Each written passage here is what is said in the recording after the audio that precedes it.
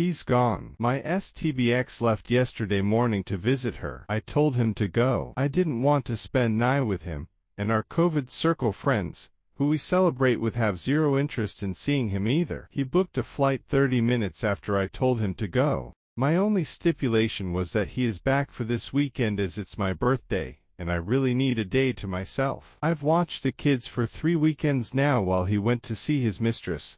I thought I at least deserved my birthday to relax. He texted me, while he was boarding, that he won't be home for my birthday. Well then, he claims when he booked this, he booked a return for the evening of my birthday. When he tried to change it, he was put on standby. It would cost $1,000 to change. It was a red eye, etc. The excuses kept coming. He apparently does not realize I have access to the internet as well, and flights are less than $300 with the airline he flew. I told him this and he said those flights weren't there when he booked. Lies, and he will take care of it. I just want him to be honest. If you don't want to be here for my birthday, just say it. If you don't want to spend the day with your children, just tell me. I can't force you to be a parent. I told him the flights were available and affordable. It's his choice to rebook. Ball is in your court. That's all I can do. Right. Stay tuned for an update on his return this weekend. Nightmare. It was 12:40 a.m. on night and there was still no call from him. I was angry for no other reason. Then I explained to the kids that even though Daddy wasn't with us, he would call at midnight to talk to them and wish them a happy new year. I was made to be a liar. So, I text my STBX, and his excuse was, they are with their friends. I didn't want to bother them. Excuse me, bother them? You mean you didn't want your kids to bother you is what you are really saying? If I was across the country on night without my kids, I would have called and done the countdown with them via FaceTime. I think most parents would, but not him. He said, if you would have told me that you told the kids I'd call, then I would have. He tried to spin this on me, that I created this mess. Why do I have to tell you that you need to call your children at midnight? This small act said a lot to me. Our children are not a priority. I guess he didn't want to ruin his perfect vacation at his new girlfriend's house with her children. He has a nice new family now. Today is my birthday and he returns this evening. I told him in my night text that I will speak to him on the 12th, our next mediation meeting, because I'm done. I tried to be civil for the kids, but he is not putting forth the effort for them.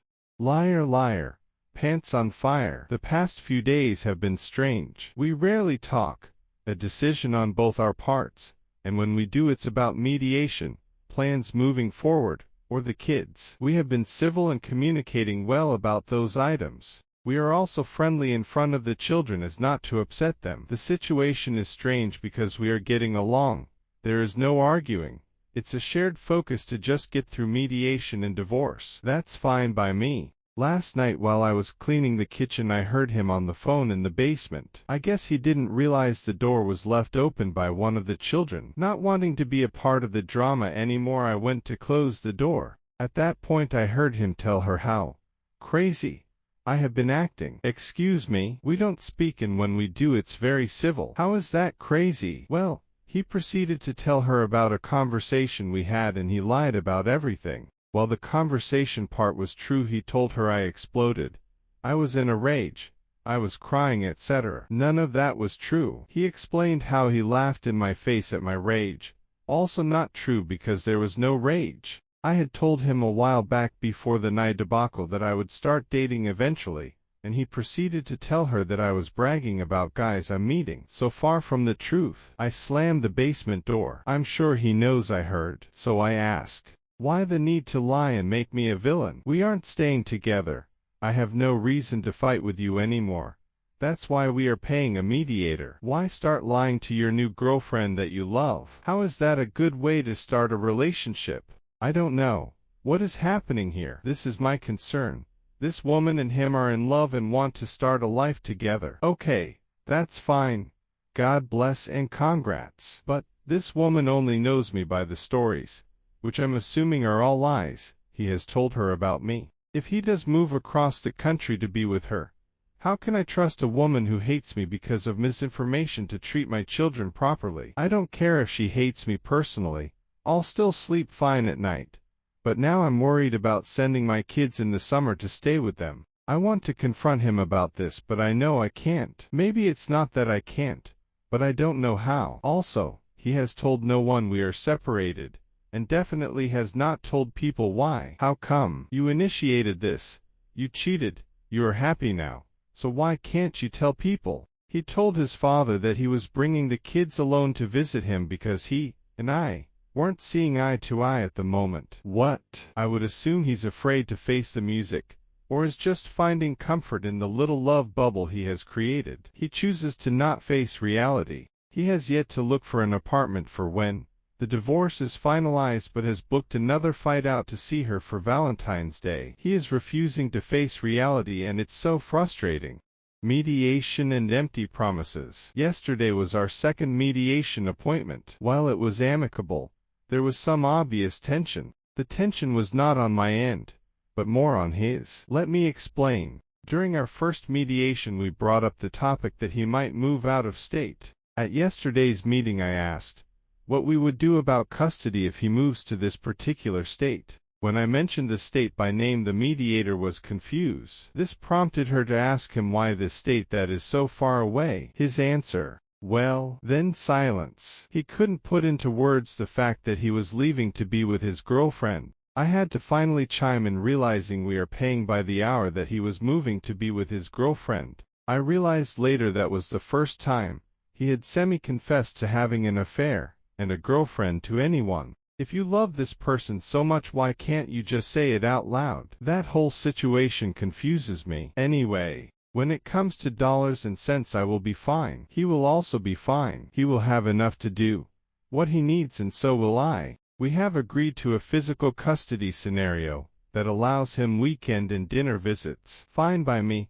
I want my boys to have their father. But the situation becomes a bit more difficult when he moves. While he said yesterday he plans to stay here at least a year, I doubt that will actually happen. When he does move across the country, he wishes to return for one weekend of every month to see the boys. Again, I'm fine with this scenario, but where will he stay that weekend? He has no family. Will he just be taking the boys to a hotel? Again, I don't think he actually thought this through. This is a problem we will tackle when he does decide to move. Lastly, the mediator said it could take about 2 months to finalize everything. He and I spoke after the session to go over some facts and figures, and I brought up the tentative finalization date of our marriage. I told him how 2 months is a good amount of time to save some money and find an apartment, to which he agreed. I also reminded him about his promise to not return to visit her until our divorce is finalized or he has a place to live. He quickly became frustrated, telling me that he knew, and tried to shut down the conversation. I told him I'm happy that we are on the same page, but I'm not budging. If you leave while you still live here, you cannot come back. That is something we both agreed to. Now the big question remains, who does he break a promise with? Obviously it's a win-win for me. Stay home and help me with the kids while you save $500 plus and move out quickly, or leave to visit her, and I get you out of the house sooner. I'm happy with either decision. I just want to move on with my life and enjoy my moments with my children. Out for a swim. When I took this dive into the Reddit community, I had no idea where I would land. I thought my feet would hit shallow ground, and I would be ankle deep on the banks in an uncomfortable swimsuit all alone. But to my surprise, this deep ocean of Reddit readers have engulfed me into their warm waters, and I am surrounded by a sea of support. For this I am thankful. I am also so touched by the droves of people who have reached out for advice or offered their own experiences as lessons to be learned. To the ones seeking advice, I tell them, I am not an expert swimmer. I am merely doggy paddling through this sea of hurt and confusion. Please don't use me as a sign of strength, because the truth is, I am not strong. I am you. I am the woman who reads because they are suspicious of late-night phones call her husband takes. I am the spouse who has shouldered the entire family and is in desperate need of support. I am the woman who misses affection from her husband, who is next to her in bed every night. All am you. To those people who have yet to catch their partner cheating but are suspicious, trust your gut. Cheating is a coward's choice, so be braver than them and face the truth. To the spouse who is the fixer and takes on every challenge, take a step back. When you help, even with good intention, you are actually just hurting yourself. To the spouse who has tried everything to receive physical attention from their partner, but to no avail, their affection is probably going somewhere else. These are lessons I wish I could have told myself months, if not years ago. Listen to me, or just listen to you. To the sharks in water, who call me a bad mom, a crazy bitch, fake, or even just think I'm out of my mind, you will find no blood in this water. So it's best you move on and find a thread where the op will chum the water for you. It's so very easy to read and judge. This I understand. I just hope that if this ever happens to you that you will be as brave, logical and composed as you expect others to be. If not, you will find sharks circling you as well. So I hope you are as strong of a swimmer as you claim to be. If you are still reading, my saga, Survival continues. Our final mediation papers will arrive this week. We were able to settle everything at the last meeting, on 1/12, and the documents just need our signature. After that, the divorce papers need to be served and filed with the county. Then we await our court date, which will be done via Zoom. Yes, a bit anticlimactic, but it will still serve its purpose of divorcing. He has started, finally, to look for an apartment, but nothing is to his satisfaction.